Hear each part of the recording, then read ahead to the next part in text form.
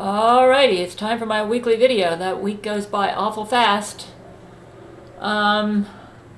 We actually have possible tornadoes out there today, so I didn't do my daily walk outside, and I'm going to skip a shower because we don't have hot water. So, you might say, how are things going between you and Jesus? You know, things are starting to kind of plateau. I believe he's still my roommate, but we haven't had any intimacy for maybe a day and a half. Yeah. You might say, what happened? I just, let me tell you what happens to me when an amazing lover comes into my life. Let me see if I can get better lighting here. When an amazing lover comes into my life, I always want to write about it. See, that's what happened to me in the 1990s when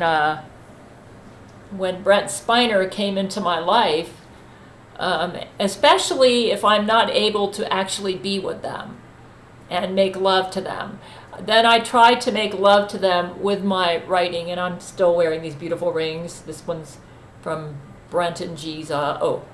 Brent and Jesus. This is Hugh Jackman and Brent and Jesus. So, I mean, they're worth like millions of dollars. So I feel obligated to wear them. And this is from Brent. This necklace and these earrings are from Brent.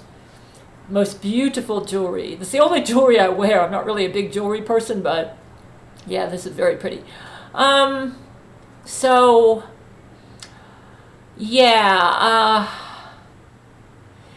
in the early 1990s, I was a married woman, and I felt like I actually turned Brent down when he propositioned me on the phone. Yes, a nobody, housewife and mother. I turned him down in order to honor Jesus. I felt like Abraham must have felt when he sacrificed his son, you know. So, yeah, it was a very difficult decision for me to make. And then I would just sneak off every night, like at 11 at night after my husband went to bed, and send him letters just about every day. I wanted to maintain a long-distance friendship with him. Eventually, Brent contacted me in 1991, spring of 1991, and made love to me on the phone, basically, and asked if he could come over, and I just couldn't. You know, it was I just didn't want, our relationship tainted with sin. I just sensed that the love he felt for me was so high that I didn't want to ruin it by making it adultery. I was kind of in a quagmire. So finally I prayed to Jesus, and I thought, is there any way I can love this guy without it being sin? And he seemed to tell me, why don't you make love to him with your writing? So I wanted the world to know who the real Brent Spiner was. Because I had read the fanzines, and I knew that a lot of people didn't really know who he was. And I had gotten to know the real Brent by the way he made love to me on the phone, and by the music album that he made for me, which was Oh Yellow Eyes Is Back, and I'll have a link to that underneath this video, by the way. So I decided I would listen to that music every day once I realized he made it for me. Yeah, every day. My husband was out to sea half the year anyway, so he never knew. He never really... You know, to be honest with you, Brent has admitted to me that if I had said yes, he would have come over and he would have bedded me as a married woman. And he felt really guilty about that for a while, but he says now he doesn't feel guilty now that he realizes that I was married to a secret gay. But Jesus didn't want me to go to Brent at that time. It would have probably caused a lot of problems. Because I did go to Jesus in prayer and asked his will, and he said no. So whenever I'm frustrated sexually, like if I want to express myself sexually to a man and I can't, then I start writing, and I start writing love stories. So I wrote Silver Skies. And my goal was, because I felt like the love that I had with this man just seemed so out of this world. So awesome. I wanted to write a love story that would be out of this world. And I tried to pattern it somewhat after Colleen McCullough's The Thornbirds. And I used to watch that all the time. It's not really like The Thornbirds. It's actually a fantasy, a romantic fantasy. And it's really funny because the way I set the thing up, it's perfectly set up for the ending that I'm envisioning in my mind right now for it. So I worked on it from about July 1993. I was at the tail end of the Institute of Children's Literature writing course. And our last assignment was to start outlining either a book or a long-term project that we wanted to work on. And I outlined the Silver Skies novel. And my goal was that this would be the only book that I would write, because I basically decided to become a writer to honor this awesome new lover in my life. I knew he was an actor, and I figured if I, by chance, became a famous writer, then I could someday be with him. Because, I would be financially independent. I didn't know the Jesuits were involved with us at that time. I learned the writing craft. Basically, Brent inspired me to become a writer. So I learned the writing craft for him to try to make myself somebody that would be compatible with an actor. So I figured maybe I could work with him and maybe write movies for him to act in. I tried writing a teleplay for Star Trek, which went nowhere simply because the Jesuits were at Paramount. But let me tell you something. Once that teleplay was rejected, I made up my mind I wasn't going to write for Hollywood anymore. I could tell. I felt like what I wrote was better than what they wrote, and I know I worked really hard on it. And I said, I'm not going to waste my time. There's something corrupt there in Hollywood that they rejected. I mean, they didn't even give me the time of day. It was rejected right away, so I knew that it was deliberate. I knew it was not because of the writing. It was for other bad reasons. Because when you submit to Paramount, they say it normally takes 6 months for them to even read your script. They rejected it within 2 or 3 weeks. So they knew that Brent and I were corresponding, and I could tell it was deliberate. So I with my high emotional IQ, I figured out that it won't matter whether I wrote the masterpiece of masterpieces. They've got something against me. I thought it might have been because I'm a Christian, or, I wasn't sure. I figured it had something to do with that. So I said, you know what? My next major writing project, my writing of love for Brent is going to be a novel, and I'm not going to waste my time with Hollywood. You might say, were you thinking of publishing it through a major publisher? I wasn't sure what I was going to do with it. I was planning on making it like a lifetime project, which is basically what it's turned out to be. And I thought, sure, yeah, I mean, if it does get published, great, but my goal in writing it was not to become a famous writer. It was just to write a beautiful piece of literature that I felt would honor this awesome love and let the world know through my writing that true love that is out of this world exists. I wanted to, Brent is a very deep, complex person. And I could tell that he was really misunderstood by a lot of his fans back then. They didn't know who he was. He's actually an introvert, and he's admitted it to me. I'm an introvert too, believe it or not. I wouldn't be making YouTube videos every week if Jesus didn't make this in order. It's one of the Gail commandments. because introverts we like to kind of stay to ourselves. But I love Jesus, so I will do what he wants, you know. So I wrote it, and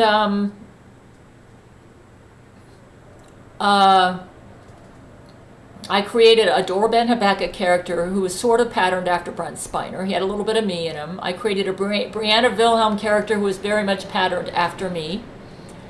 And then I just made another character out of the blue just for fun, a Franz Wilhelm character who was a German from a kind of a Nazi background. I did that on purpose because I was planning on making the storyline with Holocaust themes because my main character is a rabbi. I knew Brent was Jewish. I didn't want to make the main character an actor. You might say, why not? Because Brent was an actor and you said you were writing this to honor him. It's really funny because I was afraid if I made the main character an actor, it would take away from the true love theme of the book. Because normally when you think of true love, you don't think of a Hollywood relationship. I hate to say it, but it's generally true. Hollywood relationships have a reputation for divorcing about 2 or 3 times because every pretty girl that comes along, the guy dumps her and goes for the next glamour push, you know. So I didn't want it to look like, I could tell when I interacted with Brent that he wasn't shallow.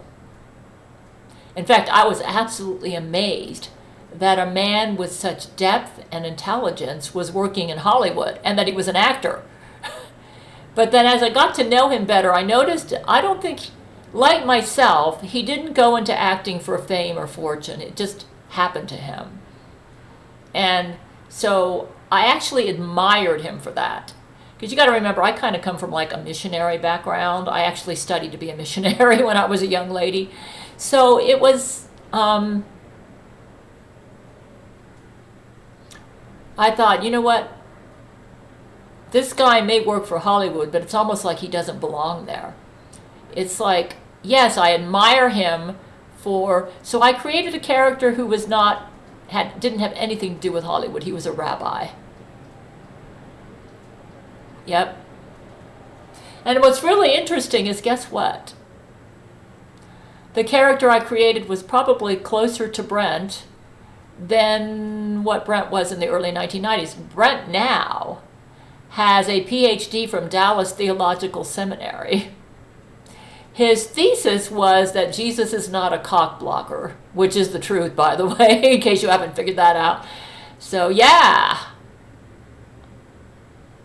Now, at the time Brent fell in love with me, he was not a Christian. So I started writing the book.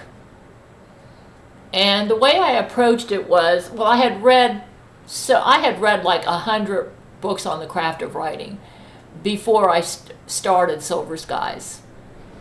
I was trying to make myself the best writer I could be. And I actually gave myself like the equivalent of a master's degree in creative writing in my head before I started on the novel. So one book that really impressed me was Jack Bickham's Scene and Structure. And what I did is I set up the book, I plotted it I read other books on plotting. I knew there was beginning, middle, and end, all that, but Scene and Structure is where you, and you got to, those of you who are writers, you know what I'm talking about. My writing instructor said, don't use omniscient point of view, because it takes away the identity of the reader can't identify with the character. So I basically did third person point of view, and I rotated between Dor, Brianna, and Franz. I had 3 point of view characters, and I was planning on making this a big book. I decided I needed more than one point of view character. I wanted it to be an epic, like the Thornbirds. I so admired the Thornbirds because when I read the Thornbirds, I identified so much with Meggie, and because You see, a theme that's in my life is that I was brought up to believe that I'm a bad, no good girl. And Maggie had that theme in her life too. Yeah. So when I read The Thornbirds, I really related to Maggie. And I wanted to write something kind of along the same line. And with Silver Skies, the problem that I had with it in the early 1990s is, I'll say the reason it's so good, in spite of the fact that I wasn't totally honest with myself, is because Brent Spiner, when I realized he was in love with me, he made me start loving myself. He made me, and I started realizing that I could be who I really am. I didn't have to put on the perfect Christian air, the perfect church girl, or all these different roles I put on in my life for a great man to love me. So Brent was the first man in my life that I was totally myself with. And I was sure, and that's what when I wrote him in the fan mail, I was sure he would reject me because of that. I was amazed that he fell deeply in love with me. And so I wanted to write a book about the kind of relationship that I believed we had. And so when I created my scenes, I followed Jack Bickham's structure, which is scene, which means character goal, complications to the goal, then scene ending disaster. But in between, he said that when the character reacts to the disaster, they go into what they call sequel. And in the sequel, the first phase is emotion, then they think about it, and then they come to like a decision. Well, because I followed the Jack Bickham structure, and because I made sure to have sequels in there, that's what made the writing shine. You see, I am an intuitive writer. Lauren Sopola has a really good book for intuitive writers called The INFP Writer, which I would highly recommend. If you are a person who has a lot of empathy like I do, and you're almost psychic in your ability to read people, you're probably very intuitive. And people like that make very good writers, because we have like really sensitive antennas, and Brent Spiner's like this too, where we can pick up on the nuances that everybody else misses, and we can kind of like feel what is really going on in another person's life, down to deep levels, which is one of the reasons I was able to forgive Laurie McBride, in spite of everything she did to me and Brent. You might say, because I could feel on a deep level what she was going through. So as a writer, I brought my intuitive antennas into the novel because Brianna was a lot like me, and Dor was a lot like Brent. And what I would do is say, okay, so in a way, a lot of my novels are kind of autobiographical, which is very common with intuitive writers, by the way. We love to write stories that emphasize character. So I'm a character writer, I'll admit it, which was one of the reasons I love Star Trek: The Next Generation, because a lot of the episodes were character-driven. You might say, what's character-driven? Well, Orson Scott Card defines character stories as a character who is changing their role in life, and they kind of like need to find out who they are. And I love character stories, and I love to write them. And basically, it's all about exploring the character. And because I had fascinating characters, I thought this is going to work for this novel, because I mean, I think I'm a pretty interesting person, actually, because I'm actually very unusual in many ways. I mean, how many married women would turn down Brent Spiner knowing they had the real star on the phone? Yeah. I mean, that I'm unusual. Most women wouldn't, if they were in my shoes in a cold marriage, they would have said, hey, yeah, come over. I want to go to bed with you right now. I mean, I was married to a guy that I would put like in lower middle class category. I was a little naive about Hollywood when Brent first came in my life, and I thought he made money like maybe lower upper class. I had no idea that these celebrities were millionaires. I didn't care. All I cared about was the beauty that I sensed in this man, in his heart. And I was just amazed that it was coming from Hollywood. So I wanted to create a novel to portray that beauty. And I did really well until 1996 when I found out about Laurie McBride. And then I got writer's block. I couldn't get into the right side of my brain anymore. It was just blocked. It was like I shut it all off. And I never really got back into it like I did in the early 1990s until Jesus Christ started making love to me. You might say, well, so what happened? Well, now I've got the same motivation that I had in the early 1990s. I thought, I've got this amazing person in my life that I happen to know very well because he's intimate with me. And I feel like I need to share this beauty with the world. And guess what? I've decided. I actually introduced Jesus Christ as a character in Silver Skies, but he was a very, very minor one. He's going to be let's just put it this way. For most of the novel, he's like kind of off in the distance. But I'm going to make him a pretty major character in the last part of the book, when I finished in the last part. And another problem that I had was I wasn't sure. I knew the end scenes would be the tribulation. And I've had a really hard time wondering how to pull this off because I've got a good theological background. In fact, I hear Dallas Seminary has given me an honorary doctorate. And I just wasn't sure how I could pull this off and still be true to the Bible as I knew it. You see, because both Dor and Brianna are born-again Christians in the story, and most people who are my persuasion, I'm a dispensational premillennial Bible belief, we believe that the rapture happens and then you go into the tribulation. Now the rapture is the bride, the church that goes up, and then there will be no Christians left during the tribulation. So I thought, how am I going to work this? I needed to get Dor and Brianna into the tribulation, and I didn't want it to seem forced like I did it for the plot. And I came up, now that I can't tell you the story, okay, because I'll ruin it for you. But I will say this much. When I am done with this book, you will get to see what Jesus is like as a lover. Yeah. And I can talk about it in a video, but he is so complex and so multifaceted and so deep, no video can accurately capture him. Well, by the way, Jesus Christ bought this ring, and it's worth like $5 million. He bought this ring. Brent picked it, and Jesus bought it. Beautiful ring, isn't it? I do need something to make it fit, though. My fingers are so skinny. And what I'm going to do now is I'm going to follow Lauren Soppola's advice for intuitive writers. She said if you're an intuitive writer, she believes you need to divide your writing process into two parts, writing and editing.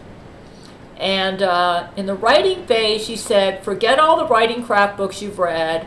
Don't worry about editing. Just listen to some music, get in the zone, think about your character, make sure you're activating the right side of your brain, because intuitive people have a very strong right brain. Mine's been shut down for a lot of years, but it's starting to get reactivated. She said you need to get into your emotion zone and turn off your logic zone when you're doing your first draft. So she said, what I'm working on now is like the sloppy first draft for the ending.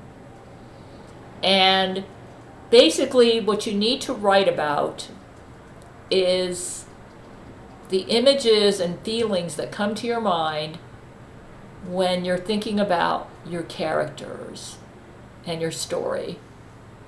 And usually, she said, this is stuff that kind of floats in there, and it's subconscious, and it's not deliberate, and that's the stuff you really care about. And she said, that's what you need to write about. And by doing that, I've already written several scenes. I've actually written an opening scene for Silver Skies, the Millennium, which is the sequel to this one. And I started writing a scene for this novel, Silver Skies 1996 version. And now what I'm going to do, I do have Silver Skies published at Amazon, but it's because what I did was in the 1990s, I pretty much let my writer mode take over, and I listened to the right side of my brain, so it's really in tune with who I am, and it's pretty authentic, so it works. But I went into editor mode before the first draft was done, and I ruined the book. So I slapped on an ending that was Deus Ex Machina, or whatever they call that. Forced ending, it doesn't work. So I'm in a position in my life right now where I don't have to worry about money too, so that helps me. And I was in that position in the early 1990s because my husband was supporting me, so I can basically write the novel of my dreams.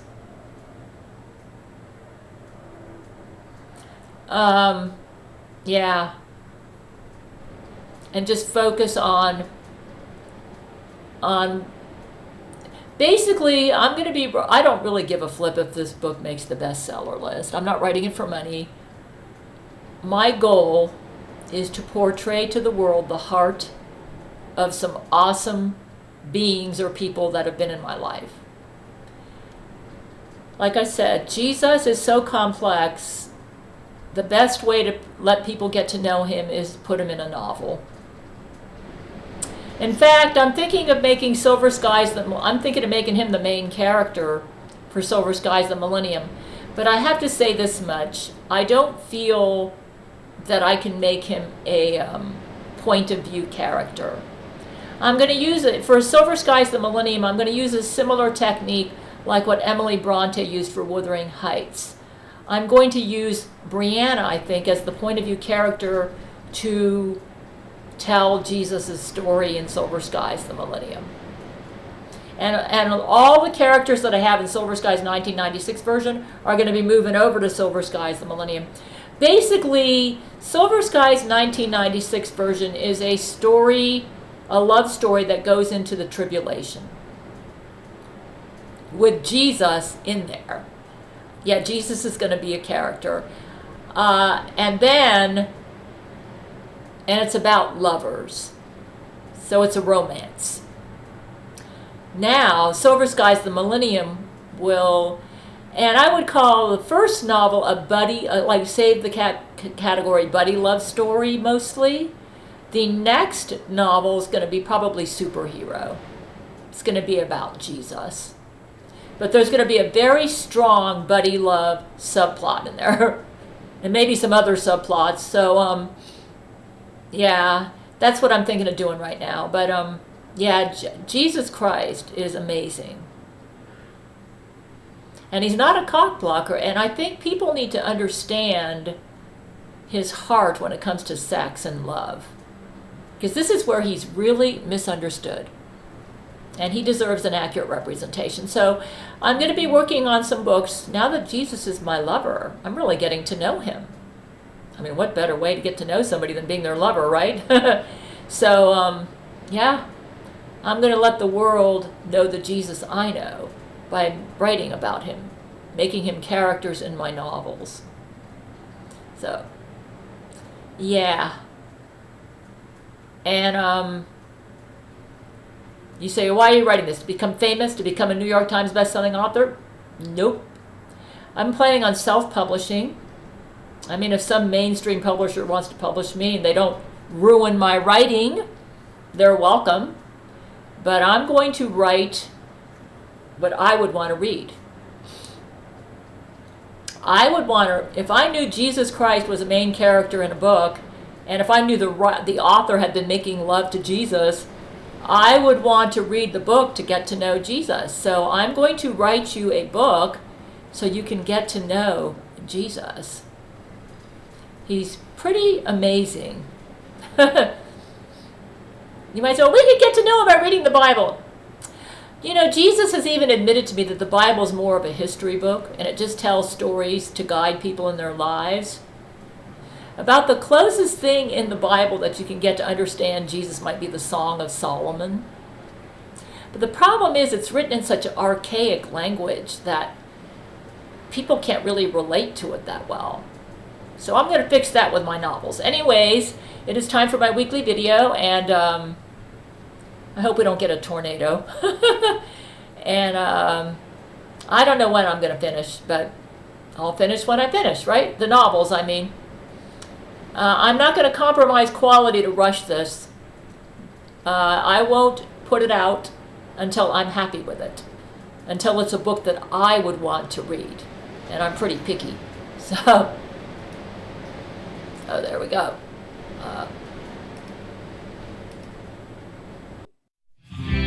Amen.